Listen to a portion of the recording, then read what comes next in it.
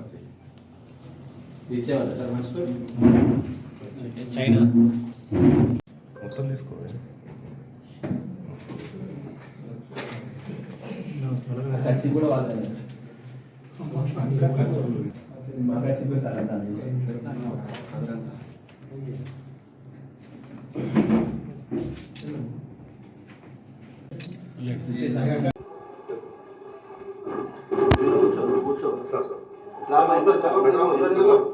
మధ్యలో పెట్టి మధ్యలో పెట్టి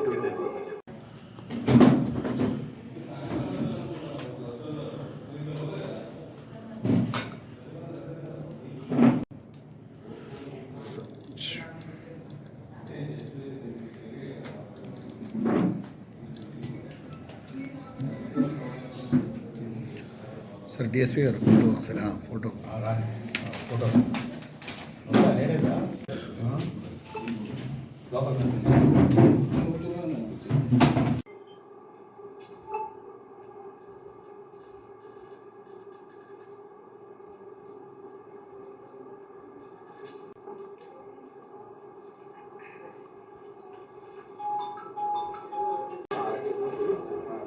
ఏం సార్ 130కి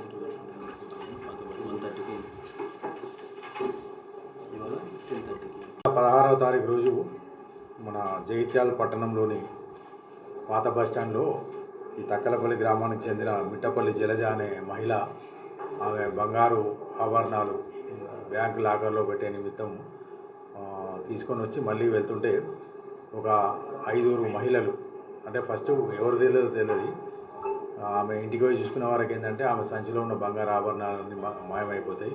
దాని మీద ఆమె పోలీసులకు ఫిర్యాదు ఇచ్చింది. దాదాపు 31 తులాల బంగారం పోయిందని చెప్పి ఫిర్యాదు మీద కేసు నమోదు చేసుకున్నాం. తర్వాత వాళ్ళు ఏంటంటే మళ్ళీ తిరిగి పరిశీలించుకొని ఇంకా కొన్ని నగలు ఉన్నాయని చెప్పి మళ్ళీ మాకు వాంగ్మూలం ఇస్తే మొత్తం 38 తులాల బంగారం ఆమె సంచిలో నుంచి మిస్ అవుతుంది బస్టాండ్ ఏరియాలో.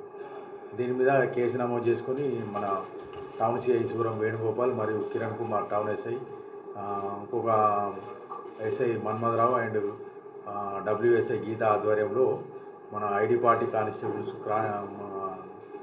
నజీర్ హెడ్ కానిస్టేబుల్, మన జీవన్, వీళ్ళందరూ మన సిబ్బంది అందరు కలిసి ఏంటంటే దీని మీద వాహన తనిఖీలు మరియు మన ఇంటెలిజెన్స్ ఉపయోగించేసి అన్నీ ఈ దొంగల గురించి వెనుకడం జరిగింది. దానిలో భాగంగా ఏంటంటే సాంకేతిక పరిజ్ఞానం అంటే సీసీ కెమెరా ద్వారా ఒక బస్టాండ్లో ఒక చిన్న అనుమానిత ఒక క్లూ దొరికింది. దాన్ని పట్టుకొని వర్కౌట్ చేస్తుందంటే వాళ్ళు 5 మహిళలు ఉన్నట్టు గుర్తించడం.